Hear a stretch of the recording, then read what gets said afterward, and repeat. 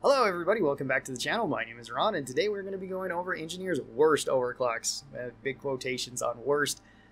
Engineer is a class that really doesn't have bad overclocks overall. Most of them are pretty solid. So let's begin. Again, this is all my opinion, so don't take it too seriously. Most of these overclocks are quite good, and I will be highlighting the weapons that do have particularly good overclocks. For the Warthog Auto Shotgun as our first primary, I would pick Stunner as its worst overclock. Not necessarily because Stunner is a bad overclock, it's actually nothing but a bonus. But I just don't personally like it as much as some of the overclocks. This one gives you a higher chance of stunning enemies, which is great, and you also deal 30% more damage to enemies when they are stunned, whether you were the one who stunned them or if something else stunned them, like your turrets stunned them. Not a whole lot to say here. It's kind of basic, it's good, but it's not really one of my favorites, so that's why I chose this. Up next, we got Stubby, and for Stubby's worst overclock, which Stubby doesn't really have any bad overclocks, I would pick lightweight rounds. Not necessarily because lightweight rounds is a terrible overclock, I just find it not to be as good when just looking at it on Stubby. It's good in combination though. It's really good if you take a weapon that has low ammo capacity as a secondary. So if you're running something like nukes on the grenade launcher where you don't have very many at all, this makes a lot of sense to take it, and then it gets way better because of that. But just on Stubby by itself, this loses you damage and loses you rate of fire, which is kind of disappointing on Stubby, but it does get you a whole lot more ammo. If you just want to build full ammo Stubby, you can do that, and it does work, like I said, with a nuke build or with something like Spinning Death, somewhere where you don't have tons of extra shots for your big weapons and you're just using those to kill up big enemies or tons of crowds, and then you just use Stubby for everything else. It works just fine. Next, we got the Loki Smart Rifle, and for worst overclock, this one's another tough one because I don't think the Loki really has any bad overclocks. I would pick Neuro Lasso as its worst one, even though Neuro Lasso can be good and can buy your team a bit of time. It's not very active, I guess. Well, I guess you are being active with it. It just doesn't feel like you're doing a whole lot. So what Neuro Lasso does is every time that you put a lock onto an enemy, then this adds a slowdown to the enemy, but only so long as you're locked on. So if you slow an enemy and then shoot, those locks go away and it doesn't slow the enemy anymore. You also can no longer just infinitely tether your shots to an enemy, so you can't just permanently slow something down the whole time with this. And it just doesn't feel as strong as some of the other overclocks that the Loki has. So again, not necessarily a bad overclock, just kind of a weird one. And all the other ones for the Loki are quite good, just like the other primary weapons. So this one was just kind of the odd one out for me. Alright, moving on to secondaries, we have the grenade launcher. And the reason why I'm laughing is because just looking at the grenade launcher's overclocks, there is not a bad grenade launcher overclock. If you have any of them, they are all good. And it's going to be really hard for me to pick one of these. I guess the one that I would pick would go to compact rounds, but that is weird for me to say too, because I really like compact rounds. Compact rounds gives you 5 more max ammo, but it lowers your damage by 10, which isn't a huge deal, and it lowers your area of effect radius by 0.5. That one also isn't a huge deal because of the extra ammo you get. You can just spam the grenade launcher more.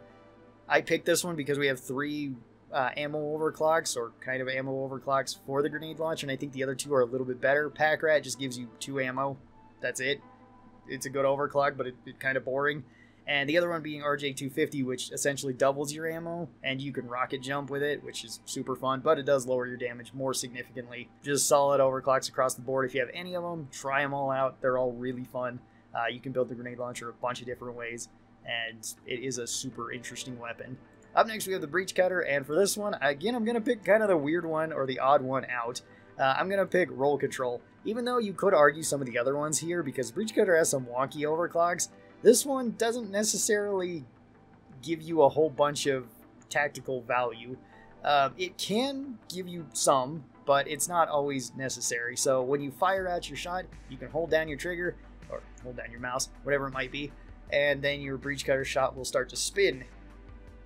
And that's it. If you let go of it, it stays on that line that you left it at. Otherwise, it will spin until it fades out. There's no downside to this. It's kind of fun to use. It's actually not bad with something like Plasma Trail, because it kind of works like Hellfire then with the coil gun, where you essentially just have this big cone of plasma that will at least kill all the small stuff. It's probably not going to do a whole lot to big things. It's probably not even going to do a whole lot, at least to smaller things like grunts running through it. Might damage them a little bit. so it will be a little bit easier to clean them up if you're using like Stubby, but it's not going to be where your like main source of damage is. That's just from the line itself. There is some other options here that I could see people arguing though for the Breech Cutter. One of them would be Inferno, although I think Inferno's gotten a whole lot better than it used to be. It used to be a pretty meh overclock, but ever since robots have been introduced and fire's become more popular, Inferno does light things on fire really fast, and it no longer has the downsides of taking away your ammo. It's just that you lose out on damage and armor breaking. Neither of those you really need with the Breech Cutter. It will still do just fine against crowds. It'll still do just fine against big enemies. You don't want to take it on like elimination missions just because you can't light the dreadnoughts on fire, but that's about the only exception to where it's not going to be as good. I could also see the stronger plasma current being somewhat argued here too, but I doubt it a little bit more. This one just gives you extra damage and a slightly longer projectile life with the Breech Cutter. You don't really need extra damage with the Breech Cutter. It already does enough damage, just base. So it seems a little bit unnecessary, but the extra projectile life is nice too. And then we move on to our last weapon, which is the Shard Diffractor. And for the Shard Diffractor, I'm going to pick Feedback Loop as its worst overclock, even though this one still isn't even that bad. It makes it so your Breech Cutter is more of an AoE damaging weapon. This is okay with fire. It lets you spread fire amongst more enemies, and it's also okay if you take it with your tier 5 of the Biomass Converter, because you can get ammo back from this, so you're not running through ammo as fast, because one of the downsides to this is that it does take your ammo. It's just that the Shard Diffractor isn't really the best AoE weapon, especially from your Secondaries, where you can build AoE grenade launcher pretty easily and still have it be with fire even. I find that to be just kind of a better choice, or you could go Inferno Breech Cutter if you want kind of the same thing. And the Breech Cutter with Plasma Trail also sort of works the same way against crowds. For me, the Shard Diffractor is more for long range, for general use on regular enemies, or for pinpoint use on bigger enemies like Praetorians and Oppressors. So this one just feels like the odd one out. Again, not a terrible overclock by any means. Again, kind of just a weird one for me. So far out of the list, I think this one was actually the hardest to pick the worst overclocks for, because Engineer is a pretty solid class. They're very flexible. They can be built in a lot of different ways, and their loadouts really show that. Thanks for watching this, everybody. I really do appreciate it.